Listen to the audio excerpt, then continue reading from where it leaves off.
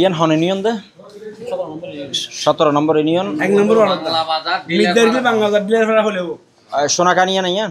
সোনাখালী। প্রিয় দর্শক, আমরা যুক্ত হয়েছি সাতকানি উপজেলার সোনাকানি ইউনিয়ন টিলারপাড়া এলাকা থেকে। তো গ্রাম মির্জারকিল। তো আসলে এখানে আপনারা দেখেছেন সাতকানি অনলাইন মিডিয়ায় গতকাল একটা নিউজ প্রকাশ করেছেন। তো এখানে আমরা দেখেছি একটি মহিলা উনি আবেগের ছড়ে কিছু অবাঞ্ছিত কথাবার্তা বলেছেন। তো সেক্ষেত্রে যারা প্রতিপক্ষ আছেন তারা তাদের দৃষ্টিগোচর হয়েছে এবং এই নিউজটার বিষয়ে তারা একটা প্রতিবাদ নিউজ করার জন্য সিদ্ধান্ত নিয়েছেন। আমার পাশে যে এই লোকটা দেখতে পাচ্ছেন, এই মুরব্বী, এই ওনাকে যারা দেখতে পাচ্ছেন, আমি একটু বলি, উনি দীর্ঘ 22 বছর পর এই এলাকায় এসেছেন এবং তার ছেলেটা ছোট্ট ছিল তখন, কিন্তু 22 বছর আগে চলে গেছেন। ওনার বয়স কত হবে সেটা আপনারা দেখতে পাচ্ছেন। তাহলে ওনার মা ওনার মামা ওনার কথা ব্যক্ত করেছেন। তো আসলে এখানে সম্পূর্ণ তাদের যেই ন্যায্য এবং ফিতার অধিকার পাওয়ার কথা ছিল সেটা পায় নাই, কিন্তু তার মধ্যে তারা আরও তার কাছ থেকে পেয়েছেন কি যন্ত্রণা। এই যন্ত্রণার বিষয়বস্তু আমি আসার পর থেকে শুনেছি। আসলে একে আমার দৃষ্টিগোচর হয়েছে, একজন পিতা এমন হতে পারে না। পিতার যোগ্যতা, ছেলেদের সর্বোচ্চ ভালোবাসা দিয়ে ছেলেকে মানুষ করার দায়িত্ব হচ্ছে পিতার, এবং মা হচ্ছে ছেলেদের লালন করবে। পিতা রায়জগার করে তাদেরকে মানুষ করার জন্য মাকে দায়িত্ব দেয়, সেটা উনি না করে 22 বছর এখান থেকে পালিয়ে গিয়ে উনি ওনার মতো করে চলেছেন। আরও একটা বিষয় আমাদের দৃষ্টিগোচর হয়েছে, সেটা ওনার মা যখন মারা গিয়েছিল উনি শোনার পরও এলাকায় আসেন নাই ওনার মায়ের জানাজা বা মুখটা দেখার জন্য।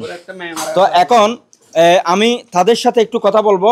তো এই লোকটা 22 বছর পর এলাকায় আসছেন। এখন ওনাকে নাকি ওনার বাড়িতে তাদের যে আঘাত দিয়েছে, আঘাতের কারণে তারা বাড়িতে তুলতেছে না, তার ছেলে, তার অভিযোগ সেটা। তো এখন আমরাও কিন্তু তাদের অভিযোগ শুনেছি এবং এখানে আমি একটু কথা বলবো। আসলে যে তারা গতকাল নিউজটা করেছে, উনিও আসছেন, আসলে উনি এমন কি করেছেন তাকে করে তুলতেছে না, যদি আপনি একটু বলতেন। আসসালামু আলাইকুম। আমি মির্জারকিল ডিলারপাড়া থেকে একজন ব্যবসায়ী এবং স্থানীয় মসজিদ কমিটির সেক্রেটারি হিসেবে আমার নাম ফজলুল হক নুরুল হক সাজর। আমি গতকাল একটা নিউজ দেখে আমার খুব খারাপ লাগছে, যেহেতু মিথ্যা একটা ষড়যন্ত্রমূলক মিথ্যা অজুহাত দেখাইয়ে আমার বোনে একটু তেমন লেখাপড়া করে নাই, উনি আবার একটু খারাপ ভাষা আচরণ করছে।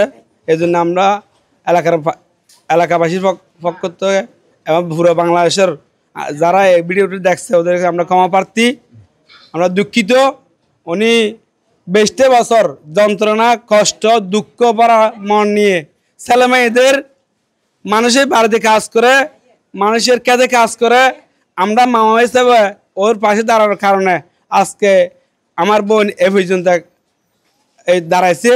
উনি যে একটা পিতা হিসেবে 2003 শেষে চলে গেছে, 24 শেষে উনি আসছে। এই 20 বছর ওনার ছেলে মেয়েরা কি খাইছে, কি পড়ছে, কোনো একটা কাপড় নিয়ে পর্যন্ত কোনো একটা 10 টাকা নোট নিয়ে উনি তো ওর ফ্যামিলি পাশে দাঁড়ায় নাই।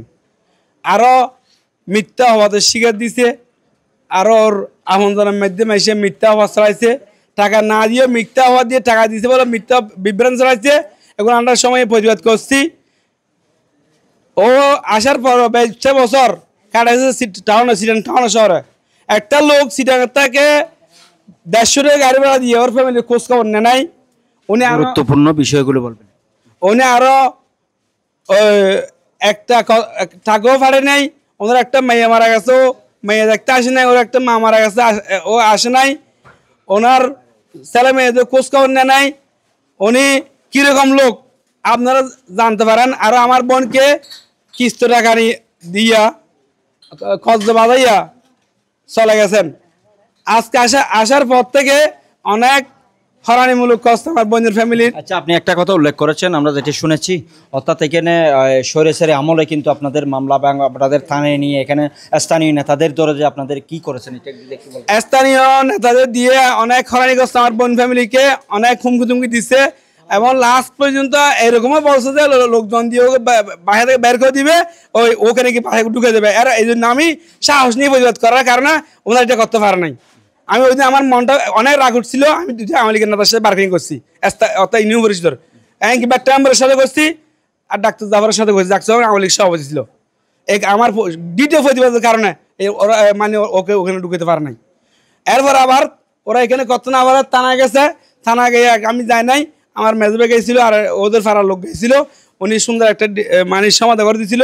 উনি বিচার করার পরে আসা সাহেব বলছিল আমি আজকে যদি তুমি তোমার শরীরের দিকে তাকে কিছু করতে যদি তুমি সুস্থ হতা লটকাইয়া তোমাকে ফিডার করতে পারবে বিচার করতাম।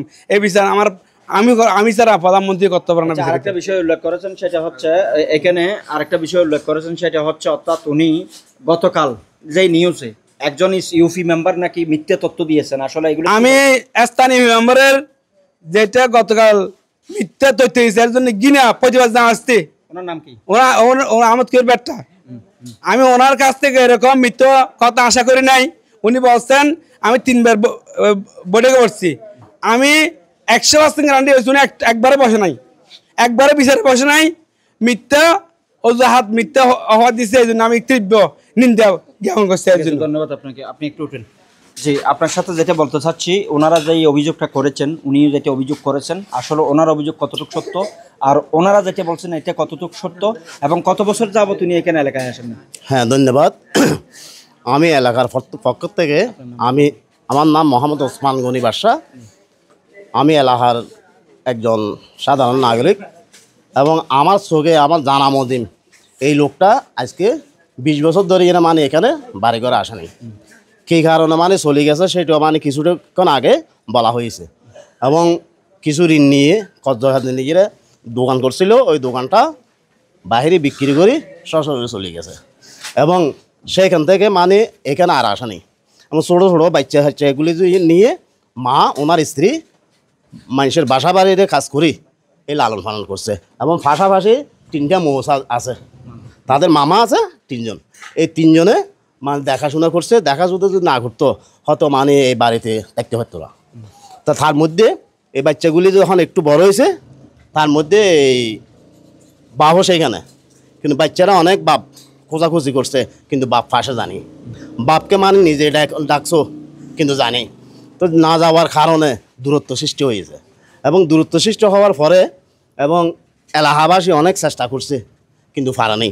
এবং আমি নিজে স্বয়ং এই লোককে আমি বলছি যে তুই তো বাড়িতে যাস না এবং আমি তো মানে প্রতি সপ্তাহে যাই, আমার কিছু কিছু টাকা দিস, দেখা হলে তোর বউ বাচ্চাকে আমি দেবো, কিন্তু সেইটাও করা নেই।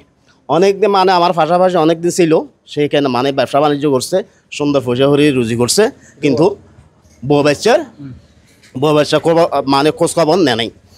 না নেওয়ার কারণে এই দূরত্ব সৃষ্টি।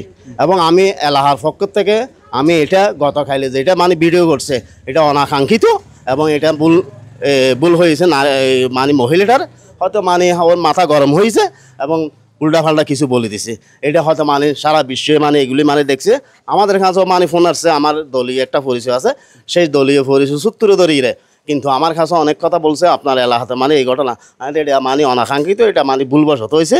এবং মানে ওই নারীটার হতে মানে কোনো ক্যামেরার সামনে দাঁড়ায় নাই এবং 2 জন মানুষের সামনে কথা বলে নাই এবং কিভাবে মানে মাথাটা গরম হতে উল্টোপাল্টা বলছে এটা মানে হয়তো এটা আমরা দেখবো। এখন আপনাকে একটু সংক্ষেপে প্রশ্ন করি, অর্থাৎ ওনার যে এখন এখানে চলে আসছেন, এখন উনি তো আসলে এই অবসর অবস্থায় যেমন যতটুকু ওনার শারীরিক অবস্থা দেখতেছি, এখন ওনার শারীরিক দিকে চিন্তা করে একদম মানবিক দিকে চিন্তা করে আপনার এলাকা থেকে এবং তাদের মামারা আছেন ছেলেরা আছেন তাদের সাথে বসে ওনাকে বাসস্থানের ব্যবস্থা হ্যাঁ, করা।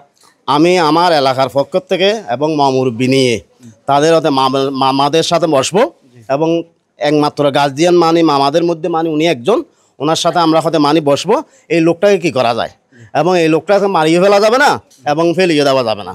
হয়তো মানে মানবিক দিক দিয়ে চিন্তা করলে এই লোকটাকে কোনো একটা কিছু করা যাবে মানে এটা আমি ছেলের সাথেও কথা বলবো এবং মামার সাথেও কথা বলবো, বলার পরে আমি ইনশাআল্লাহ মানে আমি এটা ইয়া করবো। ঠিক আছে, ধন্যবাদ আপনাকে। আমি আর একটু কথা বলি তার ছেলের সাথে। আচ্ছা, তাহলে হারুন